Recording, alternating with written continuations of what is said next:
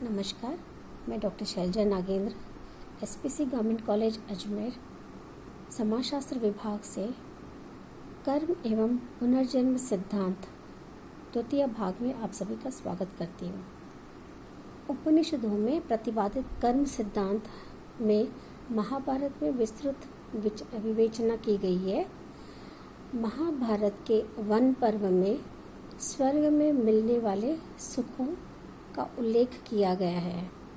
पृथ्वी कर्म करने के लिए या कर्म भूमि कह सकते हैं, और जबकि दूसरे विश्व अर्थात स्वर्ग फल भूमि कर्म का सुख भोगने के लिए कहा गया है। महाभारत में ही आगे बताया गया, आत्मा अपने संचित कर्म के भार सहित पुनः जन्म लेती है। जीवन में किए गए कर्मों के परिणाम स्वरूप ही व्यक्ति सुख दुख, समृद्धि और निर्धनता प्राप्त करता है। ज्ञान के द्वारा ही वह उस स्थिति में पहुंचता है जिसमें कोई कष्ट, कोई मृत्यु, कोई पुनर्जन्म नहीं होता।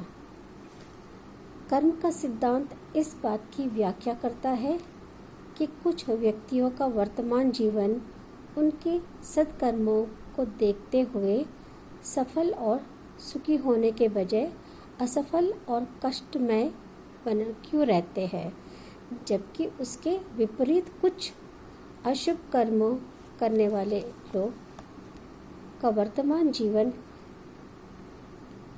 इतना सफल और वैभवपूर्ण क्यों है। ये सब क्या है, क्यों होता है? इसका कारण पूर्व जन्म में व्यक्तियों द्वारा किए गए कर्म का फल स्वरूप है। यह व्यक्तियों के कर्मों पर ही निर्भर करता है कि अगले जन्म में उसका अस्तित्व किस रूप में होगा। दुष्ट व्यक्ति का जन्म कुत्ते, गधे तथा कीड़े मकोड़ों के रूप में हो सकता है। कर्म फल के अनुसार प्रत्येक को बार बार जन्म धारण करते हुए सुख दुख भोगने के लिए भोगते रहना पड़ता है। जन्म मरण के बंधन से छुटकारा प्राप्त करने के लिए व्यक्ति को मोक्ष प्राप्ति का प्रयत्न करना चाहिए। महाभारत के वन पर्व में यह भी उल्लेख है कि मूर्ख लोग सदैव असंतुष्ट रहते हैं और बुद्धिमान सदैव संतुष्ट रहते हैं।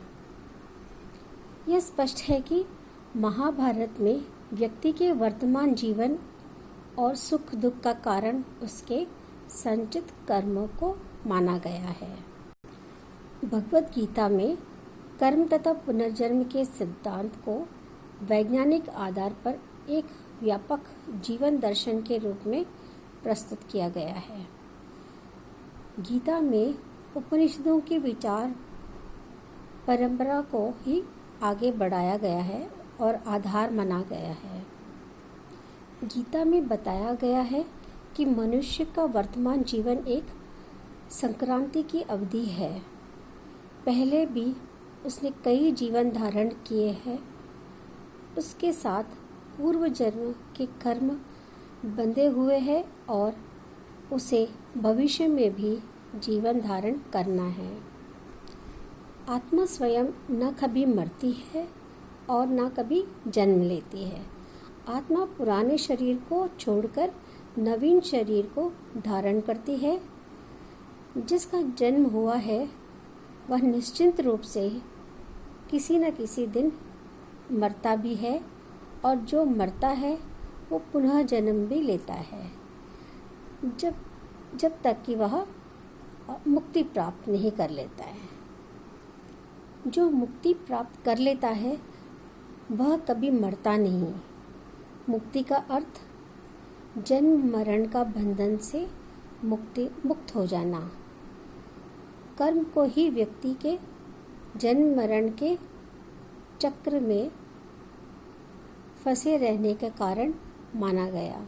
यानी कर्म ही निर्धारित करता है कब तक जन्म और मरण का चक्र चलते रहेगा। गीता में वर्णित कर्म सिद्धांत स्पष्ट करता है कि व्यक्ति कर्म करने का अधिकार है और वह कर्म भी बिना किसी फल की आशा के किए जाना चाहिए। स्वधर्म का पालना ही व्यक्ति का कर्म बताया गया है। गीता में निष्काम कर्म, ज्ञान और भक्ति को उस त्रिवर्ग के रूप में माना गया है जिसकी सहायता से व्यक्ति मोक्ष प्राप्त कर लेता है। अब अपन देखेंगे मनुस्मृतियों में कर्म और पुनर्जन्म के बारे में क्या विवेचना किया हुआ है। मनुस्मृतियों में मनु ने बताया कि सभी कर्म मन, वाणी तथा शरीर से उत्पन्न होने वाले तथा अच्छे या बुरे फल प्रदान करते हैं। व्यक्ति अपने अपने कर्मों का फल भोगने हेतु बार बार जन्म लेते रहता है और लेना पड़ता भी है। जो मनुष्य मन से पाप करता है उसे अगले जन्म में निम्न जाति में, और वाणी से जो पाप करता है उसको पशु या पक्षी तथा शरीर से जो पाप करता है उसको पेड़ पौधे के रूप में जन्म लेना पड़ता है। अब अपन देखेंगे मन के द्वारा किस प्रकार के पाप है। मन के द्वारा पाप वो है जो दूसरों का अहित सोचना, अन्य लोगों की वस्तुएं या संपत्ति चोरी करना, और वाणी के द्वारा जो पाप है वो झूठ बोलना, निंदा करना, दूसरों के लिए अनुचित शब्द का प्रयोग करना आदि। शरीर के द्वारा पाप में वस्तुओं को चुराना, व्यभिचारपूर्ण जीवन व्यतीत करना, अन्य लोगों पर अत्याचार एवं हिंसा करना, और भी जोड़ सकते हैं इसमें।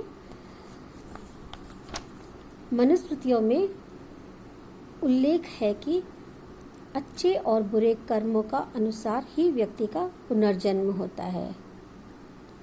यह कहा जा सकता है कि कर्म अनिवार्यतः पुनर्जन्म से संबंधित है और कोई भी ऐसा कर्म नहीं है जिसका फल व्यक्ति को नहीं भोगना पड़ता है। अंत में अपन एक और विचारधारा इसमें जोड़ेंगे, पतंजलि योग सूत्रों को। इसके अनुसार अविद्या और क्लेश कर्मों का तथा पुनर्जन्मों का कारण है। सभी क्लेश अविद्या के में ही उत्पन्न होता है। अविद्या का अर्थ ज्ञान का अभाव नहीं है, बल्कि सही ज्ञान के विपरीत मिथ्या ज्ञान का होना होता है। पतंजलि के अनुसार क्लेश 5 प्रकार के हैं। फर्स्ट, अविद्या, जिसमें पुरुष और प्रकृति को भ्रमवश एक मानना। सेकंड, अस्मिता, शरीर और जीव को एक मानना। तीसरा, राग, जिसमें विषयों में लगाव। और फोर्थ, द्वेष, दुख देने वाले वस्तुओं के प्रति घृणा और उससे दूर रहने का भाव। 5वां, which is लास्ट वाला, अभिविनेश, जीवन से लगाव और मृत्यु से डर का भाव।